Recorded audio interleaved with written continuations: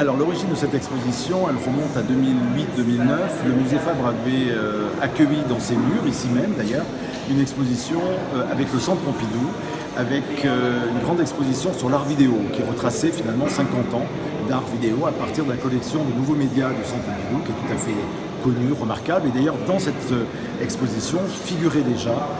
Bruce Nauman avec deux pièces très importantes, deux vidéos.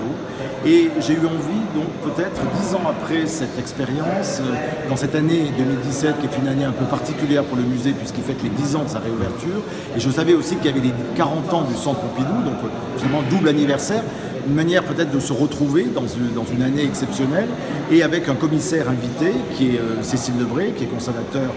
en chef au Centre Pompidou et en responsable des collections modernes. J'ai eu envie donc de travailler avec elle et d'avoir une proposition inédite qui confrontait ces deux géants de la création moderne et contemporaine, puisque c'est une proposition vraiment inédite, une exposition qui ne voyagera pas,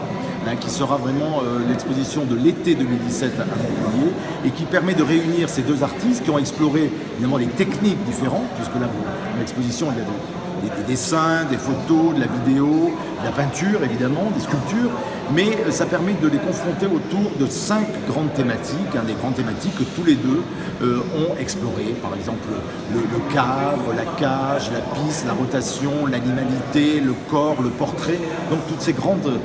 thèmes qui sont vraiment communs à ces deux artistes et qui se retrouvent et qui permettent aussi de lire ou de relire l'œuvre de chacun d'entre eux différemment. Je pense qu'ils s'électrisent finalement, ils se questionnent l'un l'autre, et je crois que c'est aussi quelque chose de très important d'avoir un regard nouveau sur cette période, sur cette période depuis le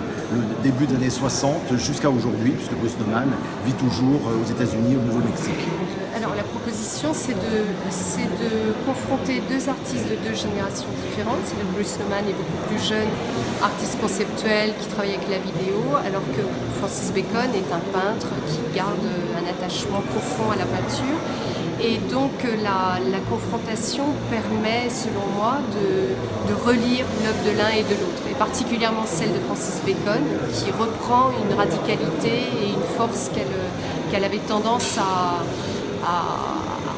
en tout cas à ne plus être visible. Ce qui relie ces deux artistes, je dirais que c'est une approche du monde assez pessimiste, même parfois anxiogène, mais selon des modes très différents dans leurs expressions. Donc c'est une volonté d'ouvrir ce musée vers l'art contemporain, vers l'art le plus innovant, et le tourner aussi, se diriger vers l'avenir. C'est-à-dire que c'est une institution maintenant qui a pris toute sa place, elle est reconnue par tout le monde, vraiment avec énormément d'abord des espaces sont très beaux et permettaient bien sûr d'accueillir une telle exposition ici, puisqu'on a créé vraiment une muséographie spécialement pour cette exposition, vous en doutez, mêler de la peinture avec de la vidéo, la sculpture, tout ça était extrêmement complexe, mais c'est quelque chose qu'on a pu tenter dans ce musée. Peut-être qu'on l'aurait peut-être pas fait autant ou sous cette forme-là il y a quelques années, mais là je pense que les réseaux internationaux du musée Fabre ont joué aussi pour obtenir ces prêts qui étaient nécessaires à cette confrontation, car c'est vraiment une confrontation inédite et qui demandait d'avoir les œuvres pertinentes pour le propos même de l'exposition.